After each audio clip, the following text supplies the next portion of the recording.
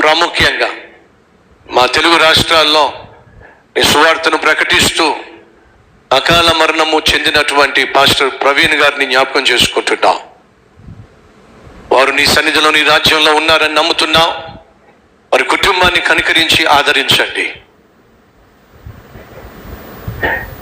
సహోదరి జెసికా ప్రవీణ్ గారిని, వారి కుమార్తెలను, వారి కుటుంబాన్ని, సంఘ సభ్యులను ఆదరించండి, ధైర్యపరచండి. అదే సమయంలో ఆ సేవ కొనసాగులాగున కృప చూపించాల్సిందిగా కోరుతున్నాను. మా రాష్ట్రాల్లో నాయన సేవకులకు కావలసిన భద్రతనివ్వండి, సేవ చేయడానికి కావలసిన స్వేచ్ఛను ఇవ్వండి. ఫలితంగా ప్రతి ఒక్కరూ సత్యము తెలుసుకునేలాగున కృప చూపించమని, వచ్చిన ప్రతి ఒక్కరూ తమ జీవితాల్ని అంకితం చేశారు గనుక మీ నామాన్ని ప్రభువా ఘనపరిచే విధంగా మేము జీవించలాగున కృపను చూపమని యేసు నామం పేరట వేడుకుంటున్నాం తండ్రి. ఆమేన్.